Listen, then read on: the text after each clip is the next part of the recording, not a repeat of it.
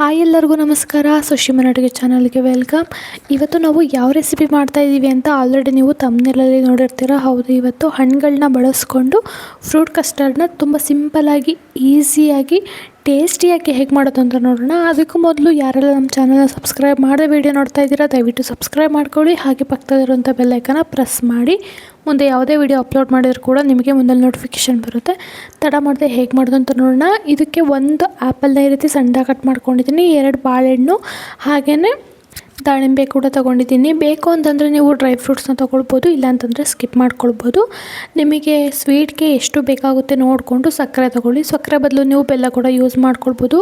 ಹಾಗೆ 3 ಟೇಬಲ್ ಸ್ಪೂನಷ್ಟು ಕಸ್ಟರ್ಡ್ ಪೌಡರ್ನ ತೊಗೊಂಡಿದ್ದೀನಿ. ಅರ್ಧ ಲೀಟರ್ ಆಗೋಷ್ಟು ಹಾಲನ್ನ ತೊಗೊಂಡಿದ್ದೀನಿ.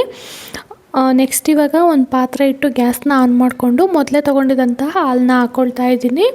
ನೀವು ಯಾವ ಬ್ರ್ಯಾಂಡ್ ಹಾಲನ್ನಾರು ತೊಗೊಳ್ಬೋದು, ಹಾಗೆ ಮನೆಯಲ್ಲೇ ಇರುವಂಥ ಹಾಲನ್ನು ಕೂಡ ಯೂಸ್ ಮಾಡ್ಕೊಳ್ಬೋದು. ನೆಕ್ಸ್ಟ್ ಇವಾಗ ಹಾಲನ್ನ ಪಾತ್ರೆಯಲ್ಲಿ ಹಾಕ್ಕೊಳ್ತಾ ಇದ್ದೀನಿ. ಅರ್ಧ ಲೀಟರ್ನಲ್ಲಿ ಸ್ವಲ್ಪ ಹಾಲನ್ನ, ಅಂದರೆ ಒಂದು ಕಾಫಿ ಗ್ಲಾಸಲ್ಲಿ 1 ಗ್ಲಾಸ್ ಆಗೋಷ್ಟು ಹಾಲನ್ನ ಎತ್ತಿಟ್ಕೊಳ್ತಾ ಇದ್ದೀನಿ. ಇದನ್ನು ಇವಾಗ ಚೆನ್ನಾಗಿ ಹಾಲನ್ನ ಕಾಯೋದಕ್ಕೆ ಬಿಟ್ಟು ಮೊದಲೇ ತೊಗೊಂಡಿದ್ದಂತಹ ಕಸ್ಟರ್ಡ್ ಪೌಡರ್ನ ಈಗ ಒಂದು ಬೌಲ್ನಲ್ಲಿ ಹಾಕ್ಕೊಳ್ತಾ ಇದ್ದೀನಿ. ಹಾಗೆ 1 ಗ್ಲಾಸ್ ಆಗೋಷ್ಟು ಹಾಲನ್ನ ಎತ್ತಿಟ್ಕೊಂಡಿದ್ವಲ್ಲ, ಆ 1 ಗ್ಲಾಸ್ ಆಗೋಷ್ಟು ಹಾಲನ್ನ ಇವಾಗ ಕಸ್ಟರ್ಡ್ ಪೌಡರಿಗೆ ಹಾಕ್ಕೊಂಡು ನೀಟಾಗಿ ಗಂಟಿಲ್ಲದೆ ಇರೋ ಥರ ಮಿಕ್ಸ್ ಮಾಡ್ಕೊಳ್ಬೇಕಾಗುತ್ತೆ. ಚೆನ್ನಾಗಿ ಬೀಟ್ ಮಾಡ್ಕೊಳ್ಳಿ, ಸ್ವಲ್ಪ ಕೂಡ ಗಂಟಿರಬಾರ್ದು. ನೋಡಿ, ನೀಟಾಗಿ ಮಿಕ್ಸ್ ಮಾಡ್ಕೊಳ್ಬೇಕಾಗುತ್ತೆ.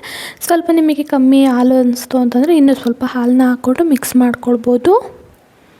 ನೋಡಿ, ಈ ರೀತಿ ನೀಟಾಗಿ ಮಿಕ್ಸ್ ಮಾಡ್ಕೊಳ್ಳಿ.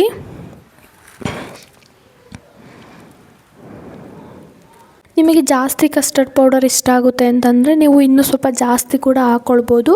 ಹಾಲು ಕೂಡ ಇವಾಗ ಚೆನ್ನಾಗಿ ಕುದೀತಾ ಇದೆ, ನೋಡ್ತಾ ಇರ್ಬೋದು. ಈ ರೀತಿ ಉಕ್ಕಿ ಬರೋ ಟೈಮಲ್ಲಿ ಗ್ಯಾಸ್ ಲೋ ಫ್ಲೇಮ್ನಲ್ಲಿ ಇಟ್ಕೊಂಡು ಮಿಕ್ಸ್ ಮಾಡಿಟ್ಕೊಂಡಿರುವಂತಹ ಕಸ್ಟರ್ಡ್ ಮಿಲ್ಕ್ನ ಇದಕ್ಕೆ ಮಿಕ್ಸ್ ಮಾಡ್ಕೊಳ್ಬೇಕಾಗುತ್ತೆ. ಅರ್ಧನ ಹಾಕ್ಕೊಂಡು ಈ ರೀತಿ ನೀಟಾಗಿ ಬಿಡದೇ ಇರೋ ಥರ ಮಿಕ್ಸ್ ಮಾಡ್ಕೊಳ್ಬೇಕಾಗುತ್ತೆ, ಯಾಕಂದರೆ ತಳ ಹಿಡಿಯೋ ಚಾನ್ಸಸ್ ಇರುತ್ತೆ. ಅದಕ್ಕೋಸ್ಕರ ಈಗ ಒಂದು 2 ನಿಮಿಷ ಈ ರೀತಿ ನೀಟಾಗಿ ಮಿಕ್ಸ್ ಮಾಡ್ಕೊಂಡ್ಮೇಲೆ ಉಳಿದಿರುವಂತಹ ಕಸ್ಟರ್ಡ್ನು ಈ ರೀತಿ ಮತ್ತೆ ಹಾಕ್ಕೊಳ್ಬೇಕಾಗುತ್ತೆ.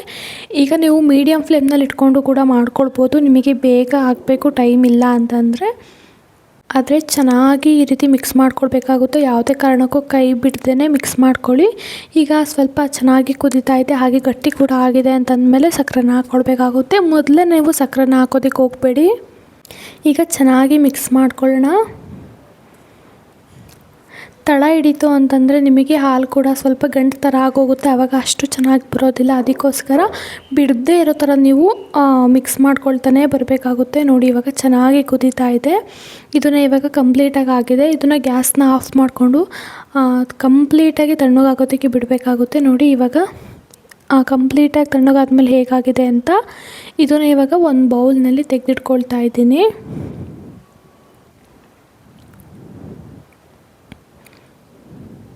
ಇವಾಗ ತೆಗೆದಿಟ್ಕೊಂಡ ನಂತರ ಮೊದಲೇ ಹೆಚ್ಚಿಟ್ಕೊಂಡಿರುವಂತಹ ಸೇಬನ್ನ ಹಾಕ್ಕೊಳ್ತಾ ಇದ್ದೀನಿ. ನಿಮಗೆ ಹಣ್ಣುಗಳು ಜಾಸ್ತಿ ಇತ್ತು ಅಂತಂದರೆ ನೀವು ಜಾಸ್ತಿ ಕೂಡ ಹಾಕ್ಕೊಳ್ಬೋದು, ಇಷ್ಟೇ ಹಾಕ್ಕೊಳ್ಬೇಕು ಅಂತ ಏನಿಲ್ಲ.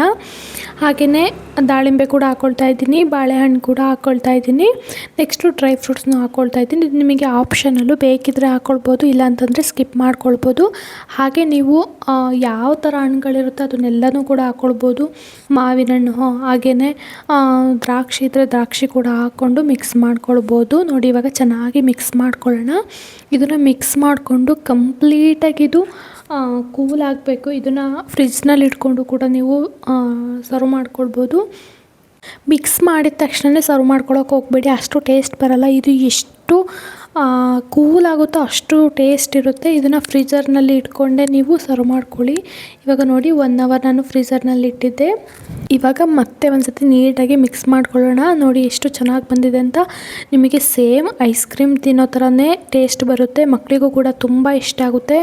ಹಾಗೆ ಮಕ್ಕಳೆಲ್ಲ ಹಣ್ಣುಗಳನ್ನ ಅಷ್ಟು ಇಷ್ಟಪಟ್ಟು ತಿನ್ನೋದಿಲ್ಲ. ಈ ರೀತಿ ಒಂದು ಸತಿ ಟ್ರೈ ಮಾಡಿ, ತುಂಬ ಅಂದರೆ ತುಂಬಾ ಟೇಸ್ಟಿಯಾಗಿರುತ್ತೆ.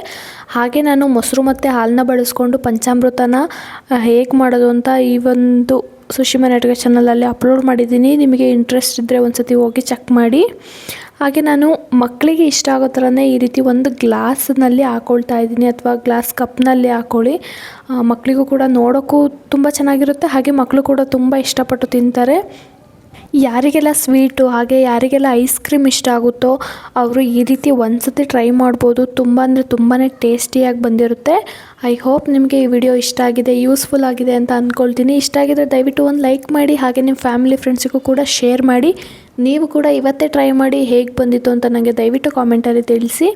ಹಾಗೆಯೇ ಈಸಿ ರೆಸಿಪಿಗಾಗಿ ಸುಶೀಮನ್ ಅಡುಗೆ ಚಾನಲ್ನ ಸಬ್ಸ್ಕ್ರೈಬ್ ಮಾಡ್ಕೊಳ್ಳೋದು ಮಾತ್ರ ಮರಿಬೇಡಿ. Thank you for watching.